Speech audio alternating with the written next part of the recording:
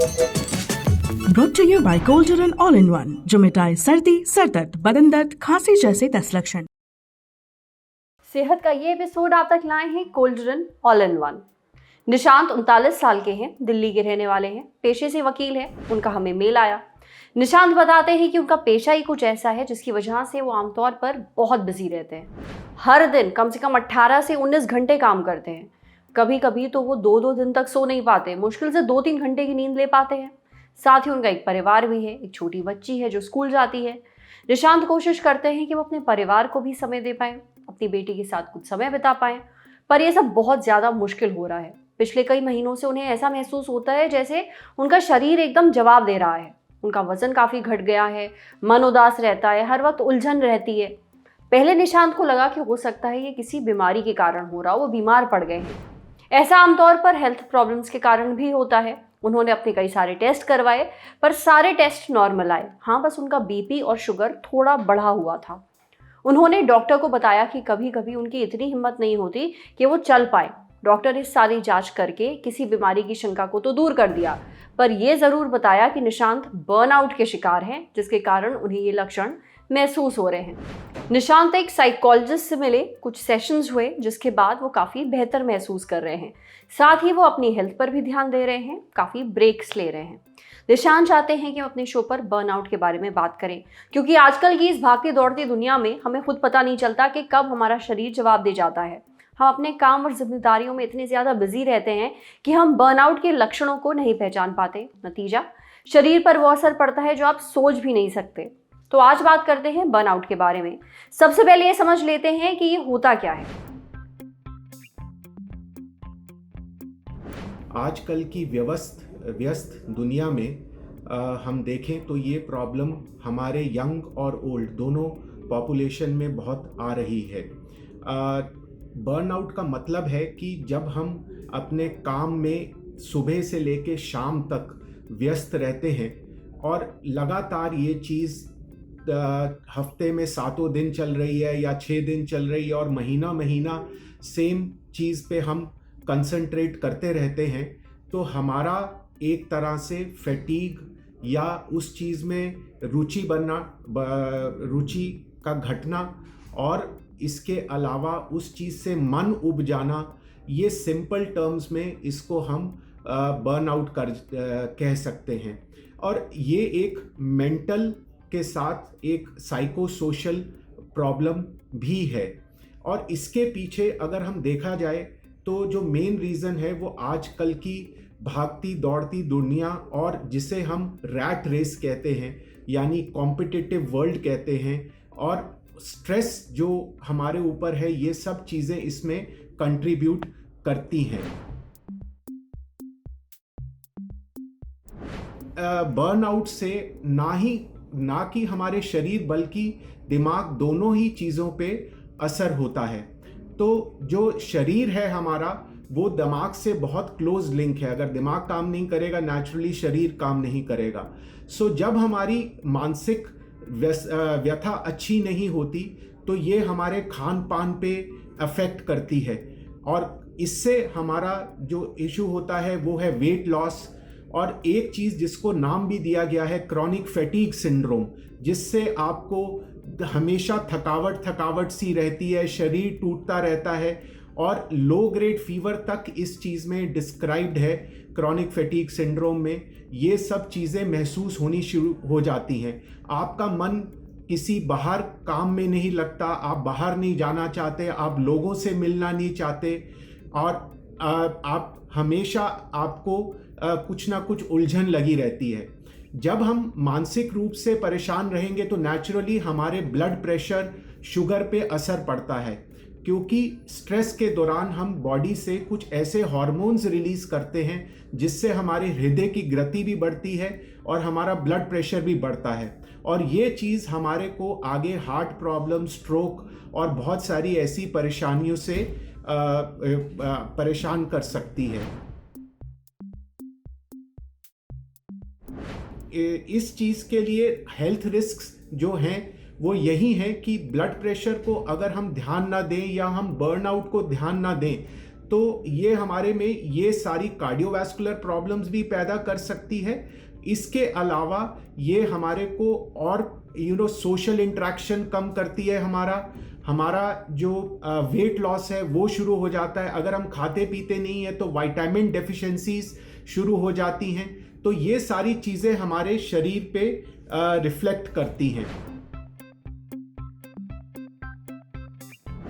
इनके लक्षण कॉमन हैं। सो यदि आप इससे परिचित हैं तो आप अपने आसपास देखेंगे, आप अपने कोलीग्स की हेल्प कर सकते हैं। सो सबसे इंपॉर्टेंट है सोशल विड्रॉल। आदमी अपने आप में रहता है, किसी से बात नहीं करता, अपने ही मौज अपनी ही काम में व्यस्त रहता है, हमेशा तनाव में रहता है। उसके बिहेवियर में, उसके बोलचाल में ये सारी चेंजेस आती हैं। फैमिली में भी सोशल, अगर फैमिली वाले ध्यान दें तो वही चीज़ उनको भी दिखेगी कि उसका खान पान कम हो रहा है, बाहर जाने में रुचि नहीं है, एंटरटेनमेंट में कोई रुचि नहीं है, हर चीज़ पे, छोटे मोटे चीज़ों पे भी झगड़ा लेना शुरू हो जाता है, ब्लड प्रेशर बढ़ता है। और ऐसी सिचुएशन में आगे हार्ट अटैक और स्ट्रोक का, जो मैं पहले ही बता चुका हूं, रिस्क रहता है।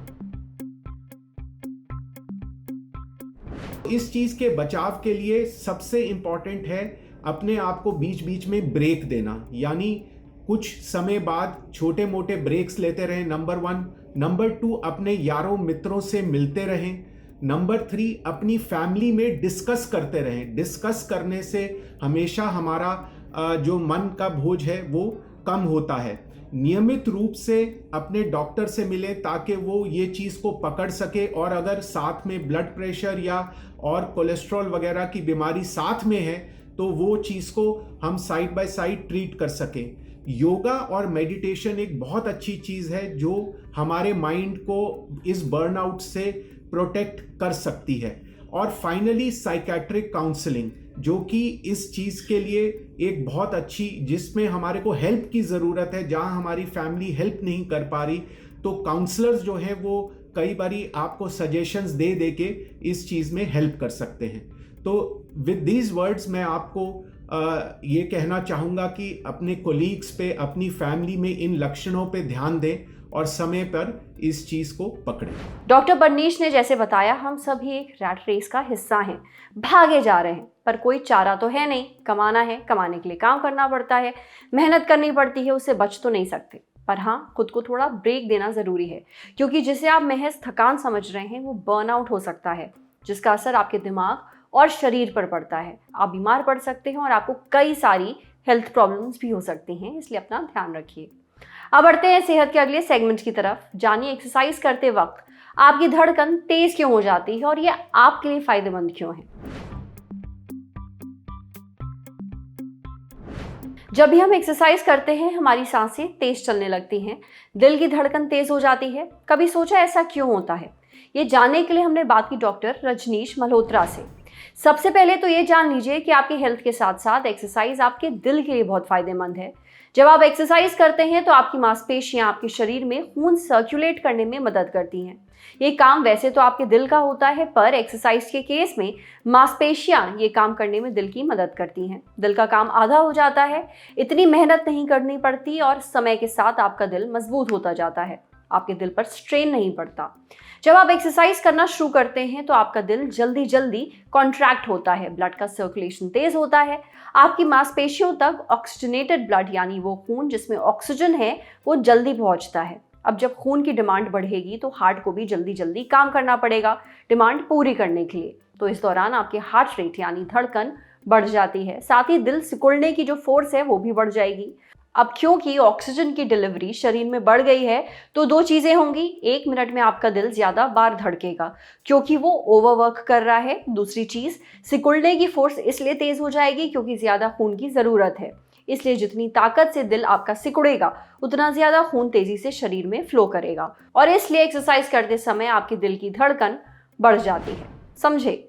अब बारी है सेहत के आखिरी सेगमेंट की, खुराक यानी एक झकास सी हेल्थ टिप। आज जानेंगे जिन बुजुर्गों के दांत नहीं हैं उनकी डाइट कैसी होनी चाहिए। बुढ़ापे में हम सबके दांत गिरने ही हैं, इनके गिरने से ना केवल बोलने में समस्या होती है बल्कि खाने को चबाने और निगलने में भी मुश्किल हो जाती है। इस वजह से कितनी ही चीज़ें नहीं खाई जा सकती। ऐसे में कई पोषक तत्वों की कमी का खतरा भी बढ़ जाता है, वजन घटने लगता है। जाहिर है जिनके दांत नहीं हैं वो खाने में ऐसी ही चीज़ें ले सकते हैं जो मुलायम हो, जिन चीज़ों को चबाना और निगलना आसान हो। लेकिन इसमें भी क्या क्या चीज़ें शामिल करें ताकि पोषक तत्वों की ज़रूरत पूरी हो सके, ये जानने के लिए हमने बात की डाइटिशियन सुनीता त्रिपाठी से। उनका कहना है कि जिनके दांत नहीं हैं उनके खाने में अनाज और दालों को उबाल कर शामिल किया जा सकता है। जैसे दाल और चावल से पतली खिचड़ी तैयार की जा सकती है, साबूदाने की खिचड़ी दी जा सकती है, बाजरे की भी खिचड़ी दी जा सकती है। इसी तरह टमाटर, दालों या फिर दूसरी सब्जियों का सूप लेना भी आसान होता है। आमतौर पर डेयरी प्रोडक्ट यानी दूध वाली चीज़ें नरम होती हैं, इन्हें खाना आसान होता है। दूध, पनीर, दही, चीज़ वगैरह को बड़ी आसानी से खाया जा सकता है। इसी तरह से अंडे की भुर्जी और मछली का सिर्फ मांस वाला हिस्सा सॉफ्ट होता है। अगर इन्हें अच्छे से पकाया जाए तो आसानी से खाए जाने के साथ ही ये प्रोटीन के भी अच्छे सोर्स होते हैं। ओट्स और दलिया भी एक अच्छा ऑप्शन है। इसमें कई तरह की सब्जियां भी मिलाई जा सकती हैं, इससे ये पोषक तत्वों से भरपूर हो जाते हैं। अगर इसमें थोड़ा ज़्यादा पानी मिला दिया जाए तो ये सूप की तरह हो जाएंगे और इन्हें खाना और भी आसान हो जाएगा। केला, आम जैसे फल खाए जा सकते हैं। सेब वगैरह को कद्दूकश करके डाइट में शामिल किया जा सकता है। मैश किए हुए आलू और डिप्स दिलचस्प साइड फूड हो सकते हैं। इन्हें निगलने में कठिनाई नहीं होती है, इनसे क्रेविंग शांत करने में भी मदद मिलती है। सुनीता त्रिपाठी बताती हैं कि सूखे मेवे जो ओमेगा फैटी एसिड से भरपूर होते हैं, इन्हें बुजुर्गों की डाइट में शामिल करने के 2 तरीके हैं। एक ये कि रात में भीगे मेवे को सुबह छीलकर और पीस कर दिया जाए, या फिर सूखे मेवे को भूनकर उनका पाउडर बनाकर दूध में मिलाकर दिया जा सकता है। आज सेहत पर इतना ही। अगर आप एक डॉक्टर हैं, हमसे कुछ शेयर करना चाहते हैं तो जो ईमेल आईडी इस वक्त आपको अपनी स्क्रीन पर दिख रही है उस पर हमें एक मेल भेज दीजिए। ये वीडियो फेसबुक पर देख रहे हैं तो हमारे फेसबुक पेज को लाइक करिए, यूट्यूब पर देख रहे हैं तो हमारे चैनल को सब्सक्राइब करिए, बेल आइकन पर ज़रूर क्लिक कर दीजिए ताकि जब भी हम कोई नया वीडियो अपलोड करें तो उसका नोटिफिकेशन आप तक सबसे पहले पहुंचे। वीडियो खत्म करने के पहले एक ज़रूरी सूचना, 16 फरवरी से शुरू हो चुकी है क्रिप्टो करेंसी की क्लास, मतलब एक नया पैसा सीजन 2। आपके तमाम सवालों के जवाब, चिंताओं का निदान और शंकाओं का समाधान एक ही जगह पर।